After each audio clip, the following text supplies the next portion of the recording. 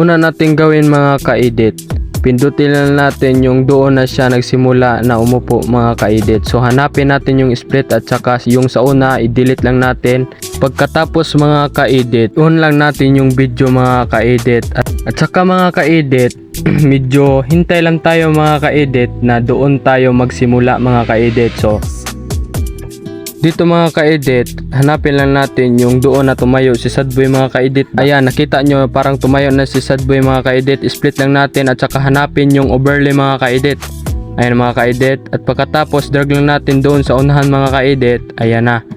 So pagkatapos yan mga ka-edit, hanapin lang natin yung timing mga ka-edit. Dito mga ka-edit, hanapin lang natin yung split at saka i-delete lang natin yung sa unahan mga ka-edit. Ayan, i-drag lang natin konti doon sa unahan. Ayan na mga ka-edit oh. Pagkatapos niyan mga ka-edit, i-on lang natin yung video mga ka-edit at saka dito tayo magsimula mga ka-edit oh. Hanapin lang natin yung mas mga ka-edit. So ayan mga ka-edit.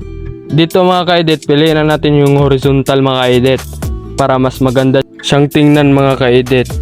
Dito mga ka-edit, i-turn lang natin. Guhit mga ka-edit ba? Pagkatapos nyo lang na timing mga ka-edit, punta lang tayo sa unahan mga ka-edit. Ayan, kapag may makita kayong parang anino mga ka-edit ba, yung may line mga ka-edit ba, hilain lang natin konti yung arrow mga ka-edit para mas maganda siyang tingnan mga ka-edit ba, para hindi makita yung arrow mga ka-edit ba. Ayan na oh. So kita yan mga ka-edit oh. So ayan na mga ka-edit yung kalabasan niya mga ka-edit.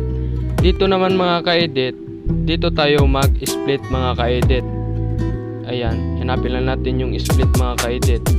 So ito, kapag na-split lang natin, sa taas din i-split din natin.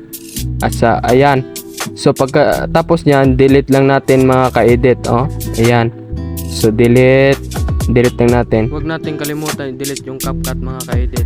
Ito na po mga ka-edit yung kalabasan niya mga ka-edit. Huwag niyong kalimutan mag-share and like mga ka-edit.